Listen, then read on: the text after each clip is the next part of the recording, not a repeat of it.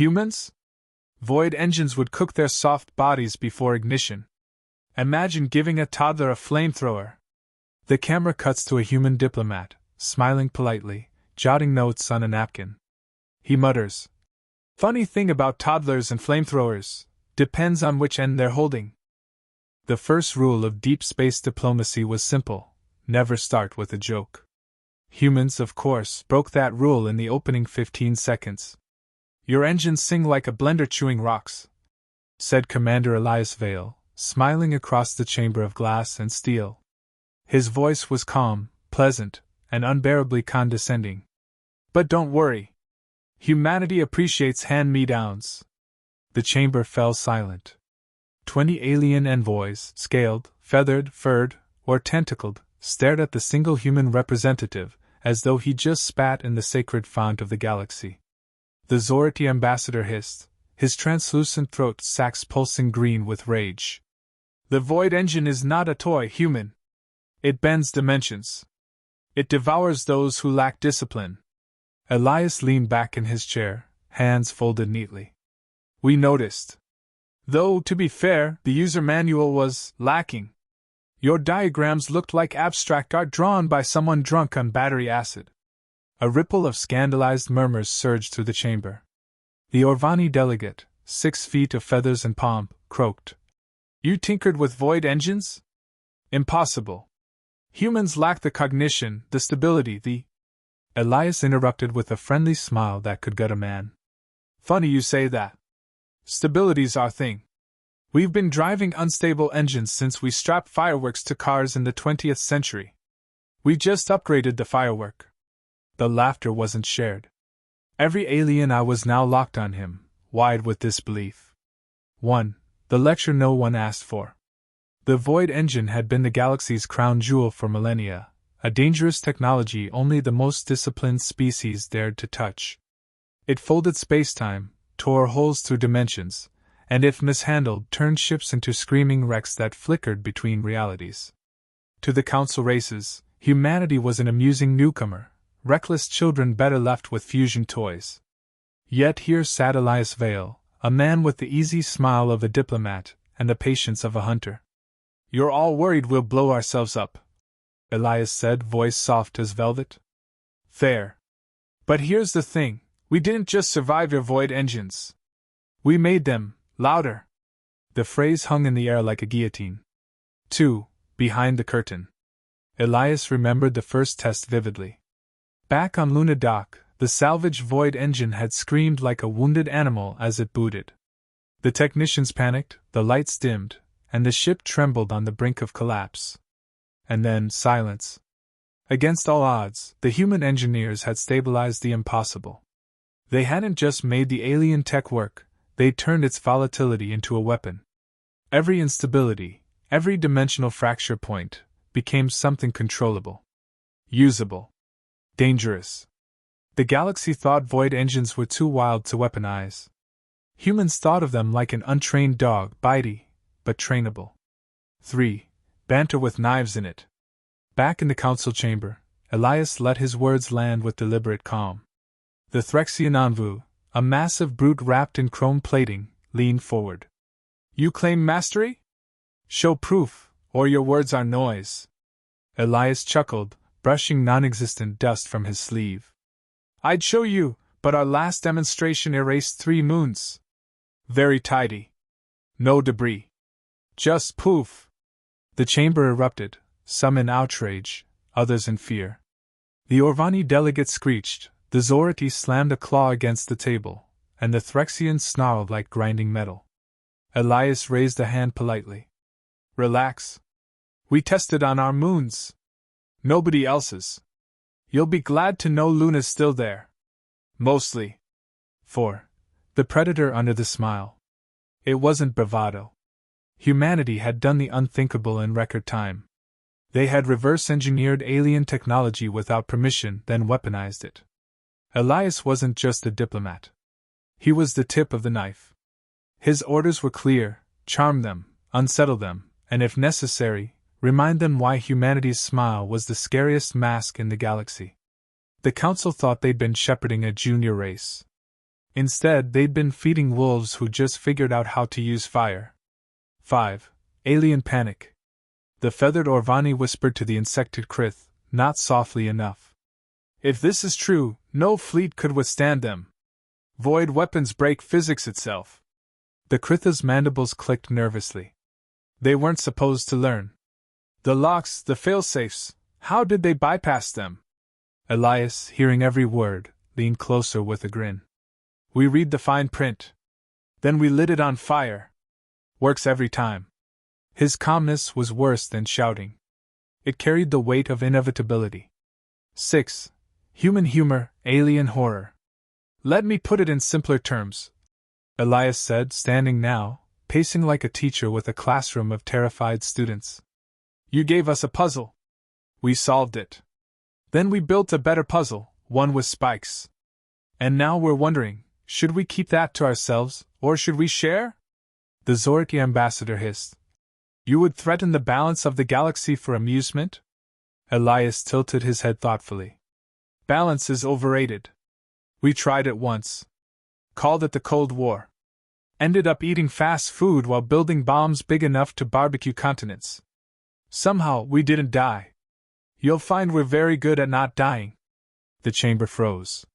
For the first time, they understood, humanity wasn't bragging. Humanity was warning them. 7. A hint of the trap. Elias's comm tablet buzzed discreetly. A coded message. He glanced down, read it in a heartbeat, and smiled wider. Perfect timing. Speaking of survival, he said, you may want to look out your windows. Confusion rippled through the delegates. The chamber's crystalline walls shimmered as the planetary defense grid flickered. Beyond, in the void of space, shapes emerged, human ships. Sleek, angular, glowing with the faint, impossible ripple of void engines. The ships didn't look borrowed. They looked designed. Built to kill. Elias clasped his hands behind his back. We didn't come here to brag. We came here to demonstrate. Consider this a courtesy. 8. The Hook Titans. Silence crushed the chamber. The aliens had expected slow learners, reckless children fumbling with matches. Instead, they faced predators who had stolen fire from the gods and turned it into a flamethrower. The Orvani delegate whispered, almost trembling, What do you want? Elias smiled with dangerous patience. We'll get to that. For now. He leaned in, voice dropping to velvet and steel. I just wanted you to know we read your rulebook. Then we set it on fire. The alien council chamber glittered with opulence, crystalline walls refracting starlight, banners of empires fluttering in simulated breeze, and delegates puffed up with the arrogance of ancient civilizations. For them, today was routine. Another human summoned. Another lesson to teach the young species about what they couldn't handle. The problem was, humans didn't stick to the script. Admiral Ethan Cole, tactician, diplomat, and the kind of man who could smile while casually dismantling your empire, stood at the chamber's center. His uniform looked understated compared to the jeweled robes and glowing armor of alien leaders, but his posture made the difference. He didn't fidget, didn't kneel, didn't blink. He observed. Humans had always been terrifying when they observed. The ex-Wyarkith delegate, a seven-limbed creature with a mouth like wet gears grinding, spoke first. Admiral Cole, you tamper with forces beyond your comprehension. The void engines are not meant for your kind. You are children playing with volcanic glass. Cole smiled, polite and faintly amused. We were told the same thing about splitting atoms. Yet here we are, still glowing, not vaporized. Most days. Murmurs rippled through the chamber. A few species snickered. Others recoiled. The humans' irreverence unnerved them. The Zevlith matriarch, scales flashing like oil on water, leaned forward. Do you grasp the danger? The void consumes. It does not bend. It devours even stars if misused. Cole tilted his head, voice calm, measured. And you believe we'd treat something so dangerous as, what, a toy? He paused, then added with surgical humor. Our history books suggest we treat everything as a weapon first. Toys come second. The chamber froze. Half of them didn't know if it was a joke or confession. The other half feared it was both. Cracks in the mask? High above, observers behind glass watched with mounting unease. Ambassador Drelth of the Threxian coalition whispered, "They shouldn't speak like this. They should fear us." Next to him, a Veari scholar muttered, "Perhaps they do. And this is their method of hiding it." Neither noticed Ethan's eyes flick up toward the gallery. He'd heard them. Humans always heard more than they should. Cole clasped his hands behind his back. "You claim humans cannot handle void engines. And yet, within one night, our engineers made them functional. That suggests either we're geniuses, or your safety locks are laughable." That stung. Alien pride was brittle. A Korgan warlord slammed a claw the size of an anvil onto the table. "You hack sacred technology like common thieves." Cole's smile widened just slightly. "Borrowed, studied, improved. Thieves don't usually hand back what they take." He tapped the datapad on his wrist, projecting schematics into the air. The hologram showed a void engine, not alien, not sacred, but modified, streamlined, and terrifyingly efficient. "We didn't just make it work. We made it better." Gasps and growls filled the chamber. Cole continued, his voice smooth as glass. "You've spent millennia safeguarding your precious machines, telling every species in Reach that only you can control them. Yet we cracked the code in hours. So, forgive me for wondering, was it really so complicated, or have you been lying about your superiority?" That was the dagger.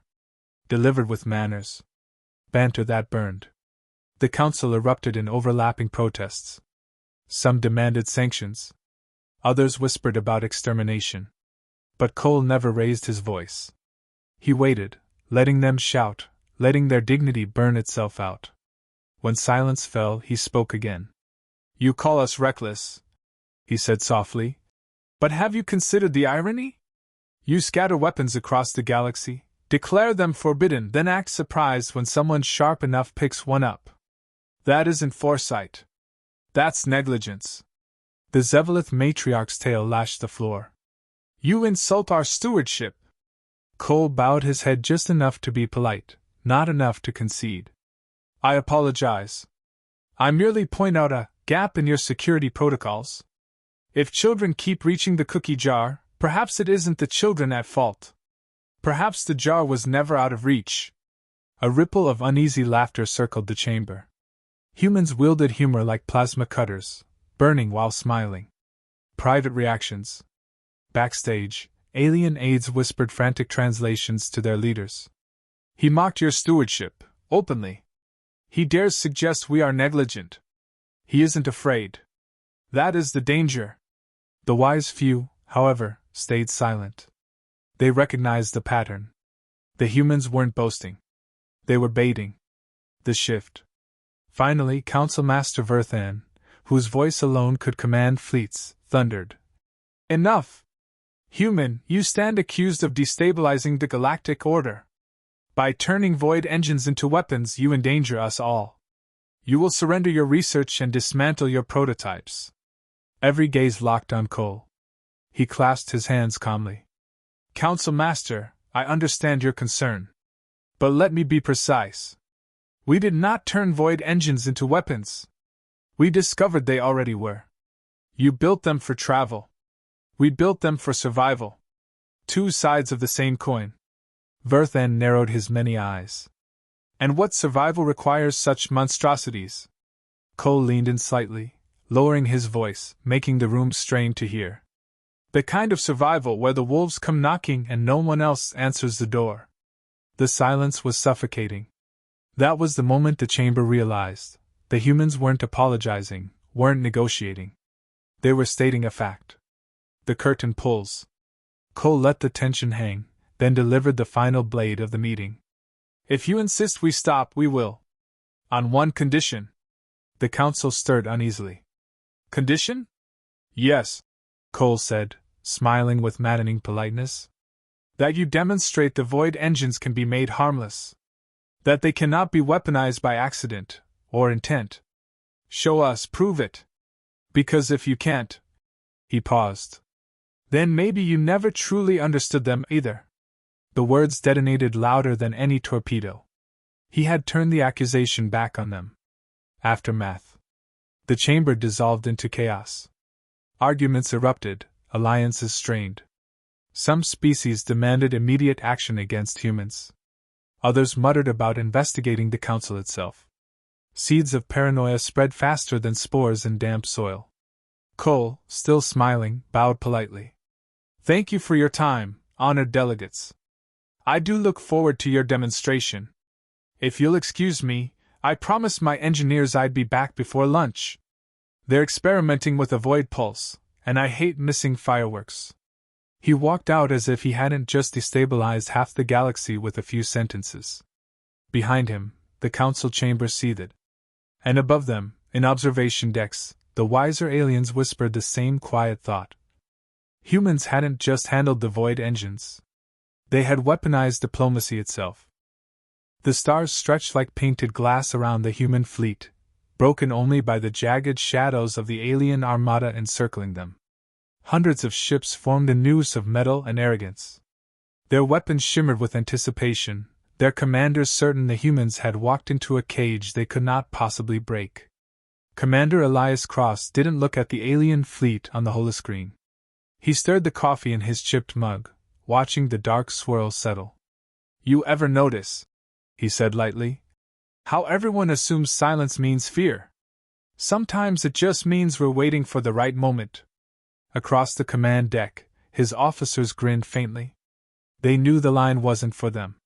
It was for the aliens listening on the open channels. The comm crackled. A voice dripping with condescension rang out. It belonged to High Captain Trevel of the Zerati Dominion, scales glittering under ceremonial armor. Humans, he sneered. Your void engines are unstable toys. You threaten yourselves more than us by switching them on. Surrender, and we may spare your colony worlds. Elias set the mug down gently, as if even that sound would be rude. Captain Trevel, I admire your generosity. Offering mercy before the execution? Very civilized. But you might want to check your assumptions. We don't run void engines the way you think we do. He leaned closer to the mic, voice lowering like a stage whisper. We weaponize them. The silence that followed stretched long enough for even the stars to seem uncomfortable. Then alien laughter burst through the channel, harsh and metallic. A bluff, Trevel declared. Void energies cannot be directed. They are chaos itself. Your kind always believed you could cheat physics. Perhaps you should stick to, what do you call them, barbecues and game shows. The bridge chuckled, tension breaking, until Elias raised a finger. Careful. Mock our game shows all you like, but never the barbecue. His tone shifted just enough to sting. Lieutenant Quan tapped the display. Commander, they've tightened formation. Their confidence is rising.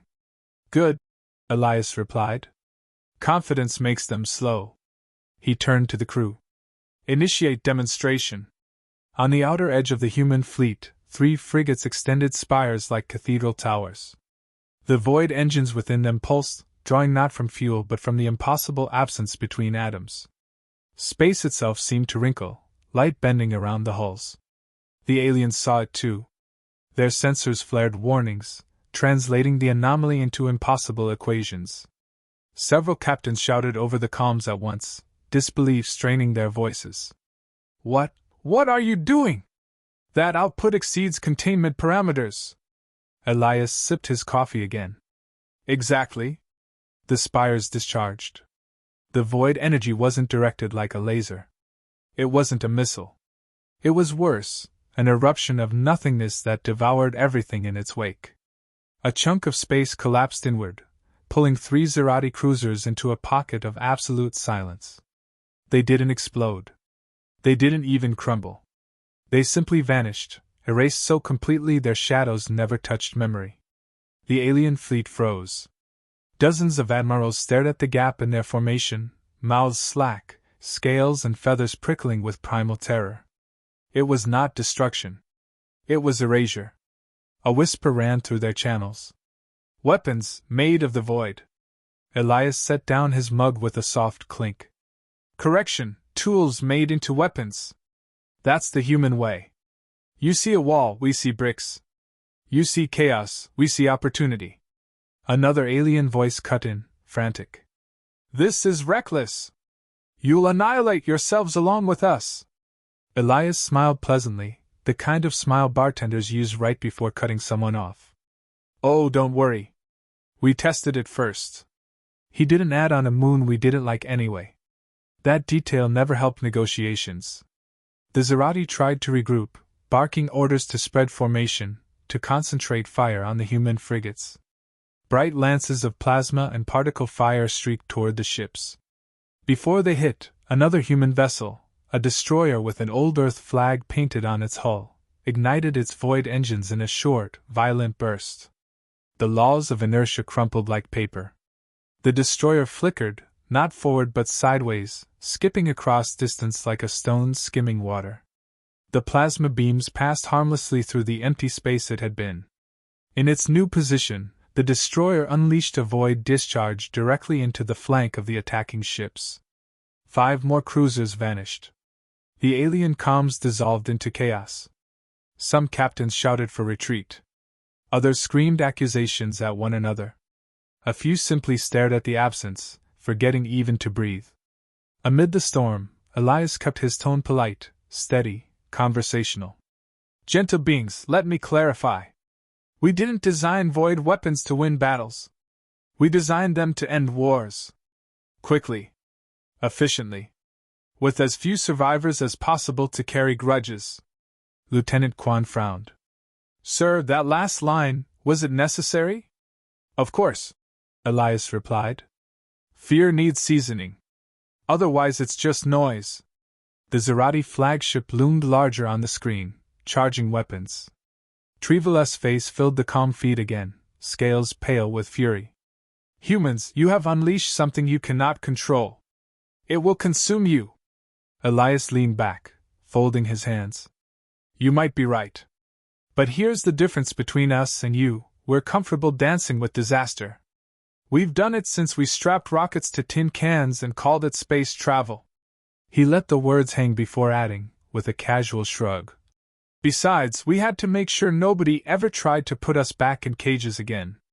The last word cut deep. Several alien officers flinched, old memories of empire and subjugation echoing in the silence. Then Elias spoke the line that would echo through the galaxy. You said humans couldn't handle void engines. You were right.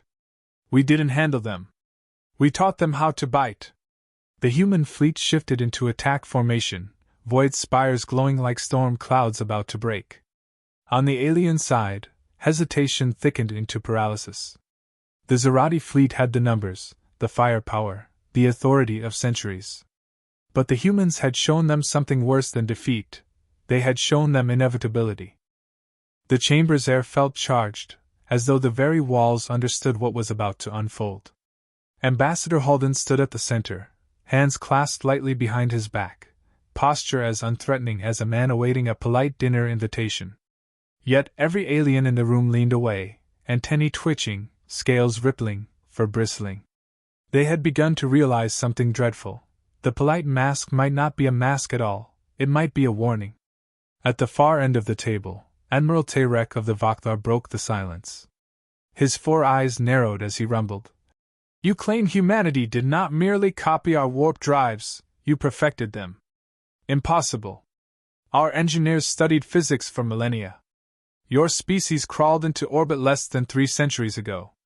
Halden inclined his head, as though bowing to a teacher who had asked a fair question. You're absolutely right, Admiral. By your standards, it should have been impossible. But that's the problem with standards. They're usually built by those already comfortable within them. The council chamber erupted in overlapping voices. Skepticism, anger, and threaded beneath both, fear. The Khairati delegate hissed through needle teeth. Humans are opportunistic scavengers. You steal scraps and glue them together. Do not pretend you've achieved mastery. Halden turned his gaze upon the alien, and the room fell quiet not because he raised his voice, but because he didn't. Glue? Scraps? He let the words linger, then smiled faintly. If you saw the wreck of your prototype we discovered in the Eridani graveyard, you'd call it scraps too. Yet somehow, my engineers had a working engine humming by the next morning. Do you know what that means? Silence stretched. Delegates exchanged glances. No one volunteered an answer. Halden's eyes softened. He seemed almost regretful. It means we don't see technology the way you do. Where you see elegant complexity, we see bones and muscle waiting to move. Where you place barriers, we test them until they break. And when they break, we smile, because limits are suggestions, not laws. A low murmur passed through the chamber, a sound like the collective heartbeat of frightened empires. Terek thudded a clawed fist against the table. This is intimidation. Nothing more. Words and smoke. For the first time, Halden's expression sharpened. He tapped the thin datapad on the table. A hologram bloomed to life in the center of the chamber. Not a model, not a simulation, but a real-time feed. Dozens of ships filled the image. Sleek hulls, human insignias glowing faintly against starlight, engines humming with eerie blue fire. They hung in formation beyond a pulsar's deadly radiation belt, an orbit no alien vessel dared attempt. They're testing? Gasped the Seraph delegate. No, Halden said, his tone crisp. They're waiting. The hologram shifted, zooming closer. The human vessels did not bristle with weapons, they radiated restraint. Yet the very restraint was a weapon. The message was clear: we came, we understood, and we adapted faster than you can react. A shiver rippled through the chamber. The Vakthar admiral's bravado faltered, but he rallied quickly. Even if this display is genuine, you are one fleet. We are hundreds. If you provoke war, humanity will be scoured from the stars. Halden's smile returned, calm, courteous, but with an undertone that prickled spines and tightened throats. Admiral, forgive me for correcting you. That fleet you see? That is not our first. That is our last. The others are already deployed where you least expect them. Gasps. The chamber shook with disbelief. Lies! Someone hissed. Halden leaned forward slightly, and for the first time, the warmth drained from his voice. Would you like proof? Before anyone could answer, the hologram shifted again. Alien systems lit up on the display, fortresses, trade hubs, even minor colonies. Each pulsed with faint blue echoes. Not explosions, not destruction, signals. Quiet, precise pings. The signature of ships that had slipped past every detection grid. The chamber went silent. Not a creature stirred. You hid them, whispered the Kyrati delegate. How long? Long enough, Halden replied softly. His tone was not a boast but a final statement of fact, as though he mourned the need to say it at all. Long enough to understand that diplomacy only works when you respect us as equals. Not as scavengers. Not as newcomers. Equals. A trembling hand rose from the Seraph representative, whose people were known more for their scholars than soldiers. Why reveal this now? Halden's gaze swept the chamber, weighing each face. Because every meeting I've attended here has carried the same undertone. You assumed humanity was fragile, desperate, easily contained. That assumption ends tonight. We are no longer here to beg for seats at your tables. He paused, letting the silence deepen. We are here to decide which of you is wise enough to keep your seats. The words struck like plasma fire. Not shouted, not snarled, spoken gently, with the calm finality of inevitability. For several heartbeats, no one moved. Then Admiral Terek leaned back in his chair, throat ridges shifting as he recalibrated his view of the man before him. His voice was low, edged with reluctant respect. You've set the board well, human. Too well. I should fear you. Instead, I wonder. His eyes glimmered. What is it you really want? Halden's smile returned, small and sharp. At last, a useful question. He deactivated the hologram. The chamber's lights seemed dull in comparison, but the image burned in every delegate's mind, the hidden fleets, the unspoken threat. What we want, Halden said, is very simple. A future where humanity does not need to bare its teeth to prove it belongs. Trade. Knowledge. Cooperation. But make no mistake, if we are cornered again, if any of you mistake patience for weakness, then you will see just how much of your galaxy we've already made ours. The delegates sat frozen. Some pale with terror, others trembling with the sudden urge to negotiate, to cling to peace before it slipped away. Halden stepped back, bowing his head politely, as though he had just concluded a lecture rather than threatened empires with extinction. Thank you for your time. He turned and walked toward the exit. Not a single alien dared move until the doors slid shut behind him. Only then did the council chamber erupt, not with argument, but with the dawning realization that humanity had just rewritten the balance of the galaxy.